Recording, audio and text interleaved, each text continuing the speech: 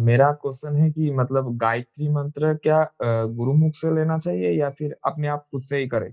हाँ, सो गायत्री मंत्र के दो रूप है। पहला जो हम जनरली जानते हैं ओम भूर्भुवः स्वः जो मंत्र है, उसमें जो ओम भूर्भुवः स्वः तत्सवितुर्वरेण्यम जो पूरा मंत्र है, इसको हम गुरु गायत्री बोलते हैं। इसमें जो पहला चरण है ओम भूर्भुवः स्वः, वो संपुट है। सो वो जो है वो गुरु मुख से आना चाहिए। तत्सवितुर्वरेण्यम anybody can do without any initiation. But जो कंप्लीट गायत्री, गुरु गायत्री जिसको आप बोलते हो, ओम भूर्भुवः स्वः जो पूरी गायत्री है, इट इज गुड कि आप वो इनिशिएशन के बाद करें, क्योंकि उसको हम गुरु उपदेश कहते हैं। इसीलिए जब आपका गायत्री इनिशिएशन होता है तो आपको हल्दी लगाकर वो दिया जाता है। ब्राह्मणों में होता है ना उपनयन, राइट? उपनयन जो शादी से पहले करते हैं।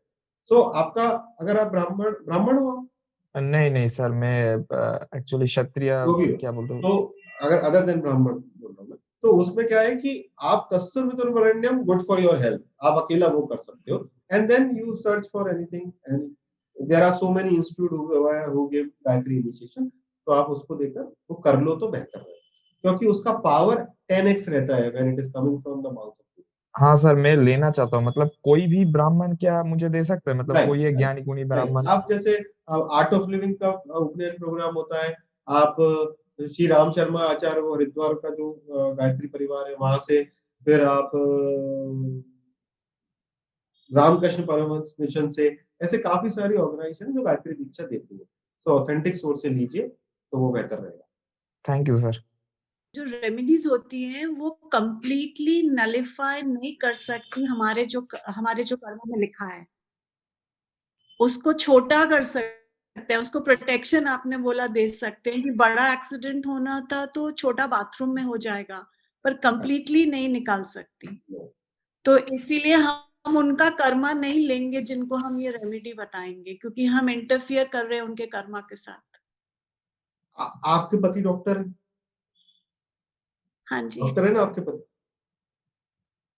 एक आदमी दारू पी के लीवर खराब कर लिया उसने, ठीक है, दारू पी के लीवर खराब किया, आपका पति उसको क्योर करते कि नहीं करते? करते हैं ना। वो तो नहीं कह सकते ना कि भाई तूने तेरा कर्म किया, मैं कर्म के बीच में नहीं आऊंगा। तो उसको पनिशमेंट मिल रहा है, मैं मल्लम का काम कर रहा हूँ, मैं कहाँ कर्म के बीच में आ रहा हूँ।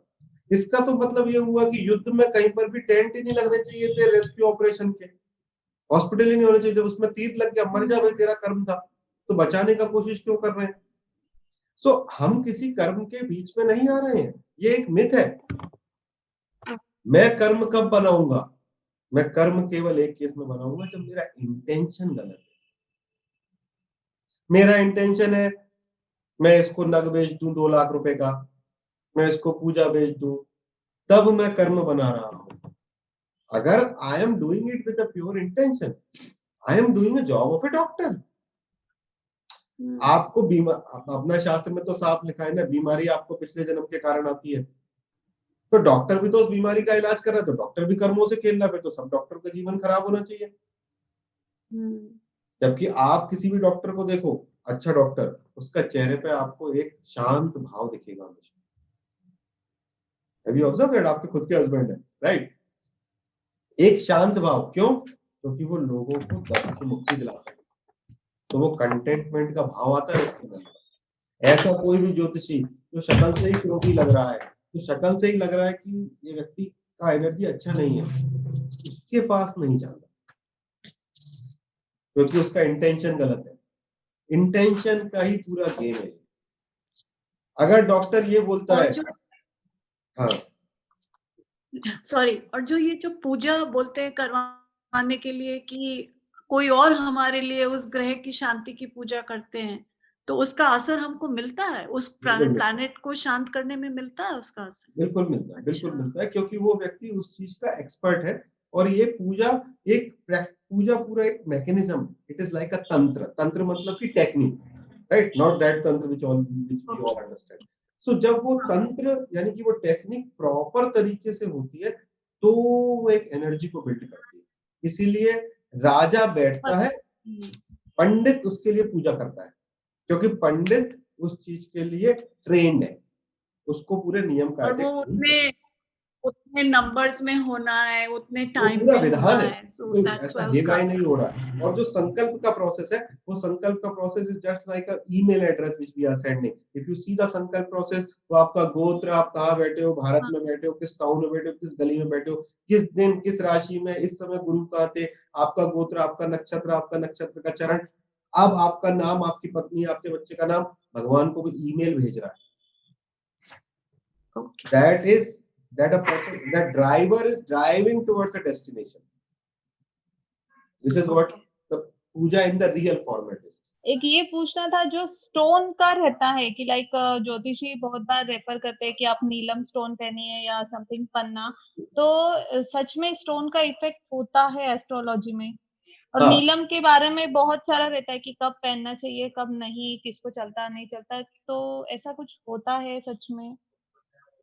हाँ, तो स्टोन का ऐसा है कि जैसे अपने यहाँ पर एक नॉर्मल मिथ है कि आपने मोती पहन लिया, गुस्सा आ रहा है तो मोती पहन लिया, राइट? हाँ, this is the myth. right. It is not that हाँ, way. हाँ. There is a particular Okay. derivation through which we can reach whether this is required or not, right? Okay. Stone is nothing but an artificial energy on my body. वो stone केवल इतना है कि उस stone के पास में वो ताकत है कि उस ग्रह से आने वाली रेस को फिल्टर करके मेरे ब्रेन में कुछ एक्टिविटी करता है, मेरी बॉडी के अंदर कुछ एक्टिविटी करता है। Hello. So stones are, just a moment Siddharth ji, stones are important, right? But again, the most important thing is the intention of the Jyotish. Never wear any stone from a Jyotishi who himself is selling. Oh. Okay. You see what I'm saying? Yes, yes. वो ज्योतिषी नहीं है, उसका stone का दुकान है, वो आपसे Right. 100 रुपए फीस लेगा, 1 लाख रुपए का स्टोन बेच देगा। Yes, You get sir. what I'm saying? काफी लोग तो Yes, यही yes. कहते हैं कि हम आपको रेफर कर देते हैं, आप जाके ले लो। रेफर भी सब बहुत दिक्कत का बात है। या हम मंगवा देते हैं। ये जो पूरा मार्केटिंग गिमिक है, उससे बचना चाहिए, है ना? दूसरी चीज ये है कि आपको सबको पता रहता है, आपको भगवान ने सबको बुद्धि दी है कि कौन अच्छा व्यक्ति है, कौन बुरा व्यक्ति है, वो हमारे यहाँ पर छपता है। लेकिन हम इतने परेशान होते हैं, हम भूल जाते हैं वो सब चीजें। अच्छी खासी बातें देखकर भी हम इग्नोर कर देते हैं, राइट? तो आप बोलो भाई कि तुम क्या मंगा दोगे, मैं खुद खरीद लूंगी ना। अच्छा, ओके। देखो, 2 चीजें जो समझने लायक बात है, एस्ट्रोलॉजी और जेमोलॉजी 2 अलग अलग चीजें। ओके। मैं बहुत अच्छा ज्योतिषी हूँ, इसका मतलब ये नहीं है कि मुझे नगों का भी ज्ञान है, वो अलग विज्ञान है, उसकी टेस्टिंग लैब में होती है। जैसे कि डॉक्टर को जाके दवाई दिखाने से कुछ नहीं होता, डॉक्टर उस मॉलिक्यूल को समझता है। डॉक्टर से क्या चेक करानी दवाई, दवाई मेडिसिन वाले से चेक कराओ, डॉक्टर ने तो मॉलिक्यूल लिखा है, राइट? जरूरी नहीं है कि हर ज्योतिषी को नग का ज्ञान हो कि कौन सा नग अच्छा है, कौन सा बुरा है। जरूरी क्या, 90% लोगों को नहीं है याद, राइट?